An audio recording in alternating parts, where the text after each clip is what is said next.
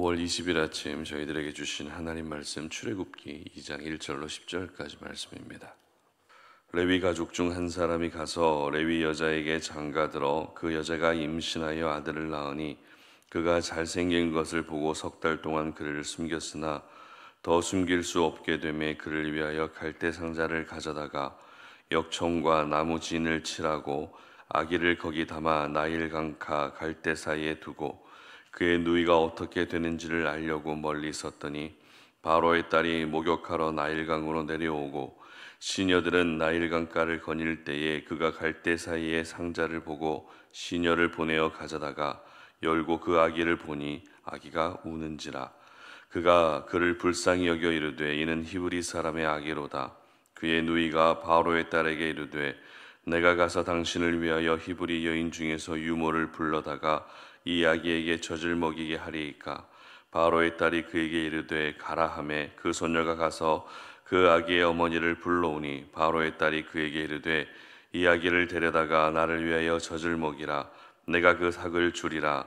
여인이 아기를 데려다가 젖을 먹이더니 그 아기가 자라매 바로의 딸에게로 데려가니 그가 그의 아들이 되니라. 그가 그의 이름을 모세라 하여 이르되 이는 내가 그를 물에서 건져내었음이라 하였더라. 아멘. 경험해야 경험한 대로 살 수 있다라는 제목으로 오늘 아침 말씀 전합니다. 한 연구 결과에 의하면 경험에 대한 소비가 물질적 소비보다 더 큰 행복감을 준다고 합니다. 예를 들어서 새로운 곳으로 여행을 하기 위해 돈을 쓰는 것과 물건을 사기 위해 돈을 쓰는 것은 차원이 다르다는 것이죠. 물건은 시간이 지나면서 익숙해지게 되고 결국 그 잔존 가치도 줄어들게 되지만 경험은 추억으로 계속 남아있게 되면서 지속적인 행복을 제공해 주기 때문에 경험에 대한 소비가 물질적 소비보다 더 큰 행복감을 준다는 것입니다. 생각해 보면 맞는 말인 것 같습니다. 지식은 경험을 이길 수 없고 패기도 경험을 이길 수 없다는 이 경험의 힘을 여러분 모두 인정하실 겁니다. 목회도 마찬가지인 것 같습니다. 목회의 경험, 사역의 경험이 있고 없고는 사역의 현장에서 큰 차이로 나타나게 되는 것이죠. 직장도 그렇습니다. 입사하고 시간이 어느 정도 지나고 나면 승진을 하게 되는데, 그런데 승진의 조건은 업무 성과도 중요하지만 오랜 시간에 걸쳐서 쌓여진 경험과 그리고 노하우를 회사에서도 인정해 주게 될 때 그것이 승진으로 이어지게 된다는 것입니다. 특별히 저희들은 하나님의 사람으로 이 땅을 살아갈 때에 하나님에 대한 경험이 무엇보다도 중요합니다. 결국 하나님을 경험해야 하나님의 사람으로 살 수 있다는 것입니다. 오늘 살펴보게 될 출애굽기 2장은 이스라엘의 위대한 지도자 모세의 출생을 기록하고 있습니다. 그런데 그 상황을 보게 되면 하나님의 섭리와 계획이 바로 이런 것이구나라는 생각이 저절로 들게 되죠. 먼저 모세의 생후 3개월까지는 그래도 행복한 시간이었습니다. 여러분, 아이가 가장 안정감을 느끼고 행복을 느끼는 순간이 언제일까요? 바로 엄마 품에서 잠을 자고 엄마 품에서 젖을 먹고 있을 때입니다. 그런데 이 행복은 아이에게만 찾아오는 것이 아니라 엄마도 함께 느끼게 되는 가장 아름다운 행복입니다. 하지만 이 행복이 불과 3개월이 전부였기 때문에 이후에 모세의 인생은 정말 한치 앞도 알 수 없는 어두운 긴 동굴 속으로 들어가는 것 같았습니다. 남자아이는 모두 죽이라는 바로의 명령 때문에 더 이상 모세를 숨겨서 키울 수 없게 된 것이죠. 그래서 모세의 어머니는 눈물을 머금고 모세를 갈대 상자에 실어서 나일강에 흘려보냅니다. 3개월간의 가장 행복하고 아름다운 시간을 끝으로 사랑하는 아이와 생이별을 하게 됐던 것입니다. 아기 모세와 그리고 엄마의 작별을 담은 요게벳의 노래라는 찬양을 통해서 저희들은 사랑하는 아들을 나일강에 흘려보내야 했던 엄마의 마음을 많이 공감할 수 있죠. 이렇게 모세는 태어난 지 3개월밖에 안 됐는데 엄마와 헤어지게 됩니다. 이제 정말 앞으로 모세의 인생, 아니 모세의 생명조차도 어떻게 될지 모르는 상황으로 접어들게 된 것입니다. 그러나 모세를 향한 하나님의 계획은 엄마가 모세를 나일강에 흘려보낼 때 끝난 것이 아니라 오히려 시작되고 있었습니다. 특별히 나일강은 세계에서 가장 긴 강으로 알려져 있습니다. 길이가 무려 6,600km에 달하는 가장 긴 강입니다. 여러분, 이렇게 긴 강에 작은 갈대상자의 아이를 실어서 흘려보냈을 때 그 갈대상자가 애굽 왕궁으로 흘러들어갈 확률이 몇 프로나 될까요? 가능성이 전혀 없지는 않겠지만 그렇다고 확률이 높은 것도 아닙니다. 아주 희박한 확률, 거의 불가능에 가까운 확률이지만 하나님은 모세가 눕혀져 있었던 그 갈대상자를 애굽의 왕궁으로 흘러가게 하셨던 것입니다. 그리고 더 놀라운 것은 왕궁 신하들의 눈에 갈대상자가 보인 것이 아니라 누구의 눈에 갈대상자가 보입니까? 바로의 딸의 눈에 모세가 뉘어져 있었던 갈대상자가 보였다는 것입니다.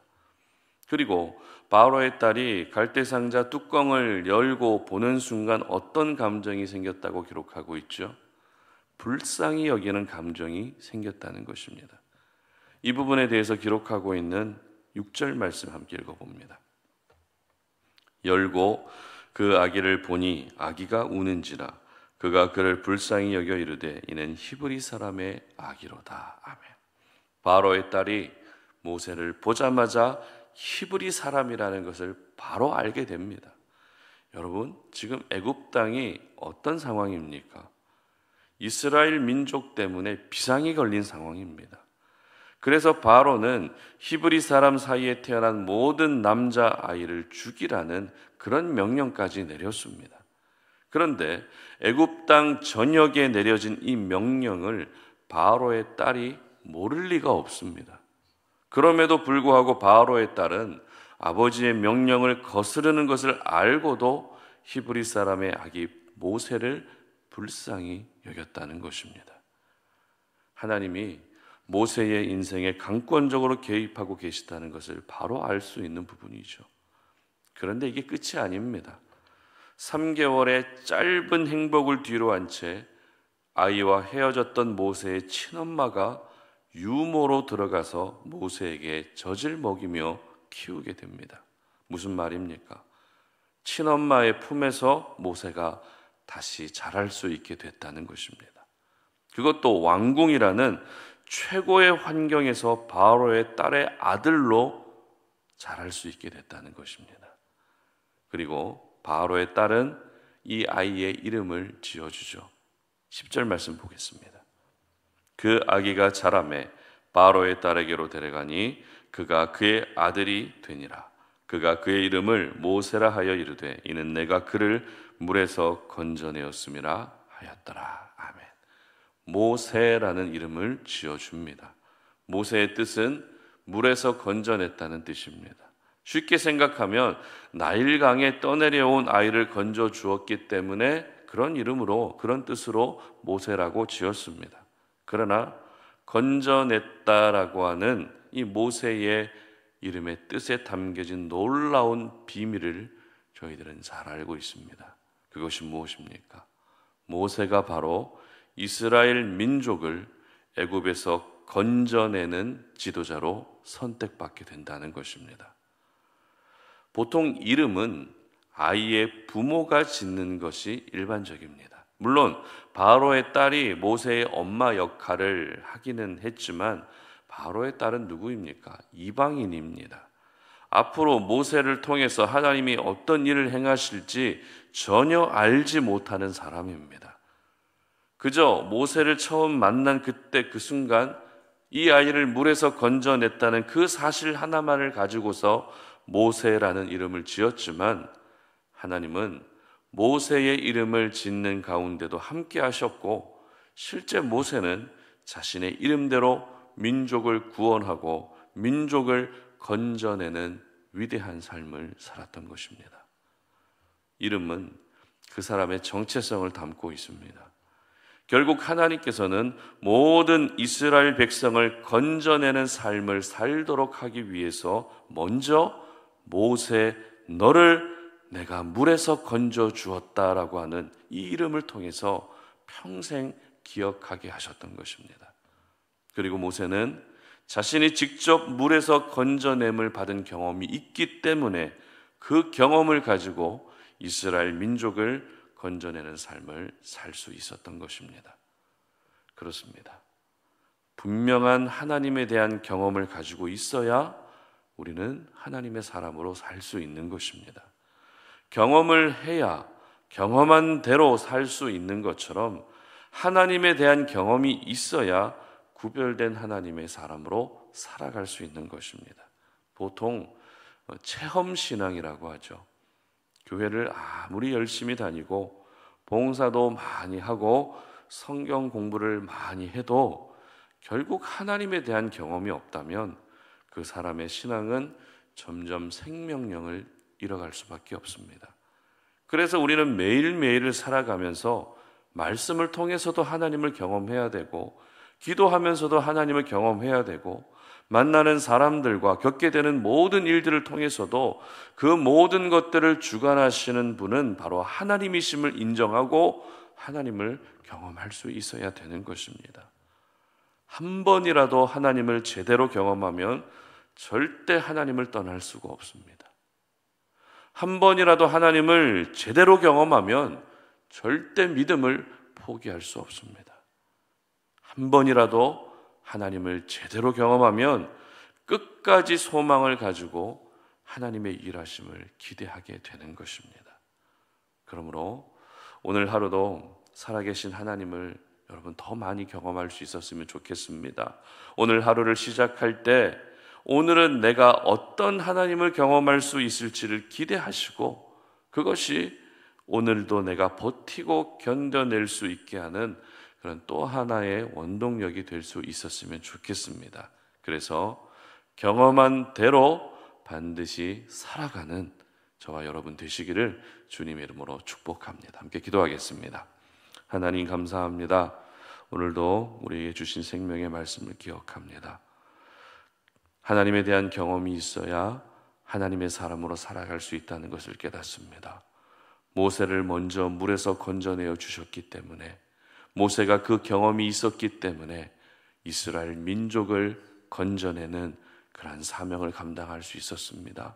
하나님, 오늘도 우리가 살아가면서 여러 가지 일들을 겪으면서, 그리고 기도와 말씀을 통해서 항상 하나님을 경험할 수 있게 하시고, 그 하나님에 대한 경험이 오늘도 내가 하나님의 사람으로 살아갈 수 있게 하는 그런 힘이 될 수 있도록 도와주시옵소서.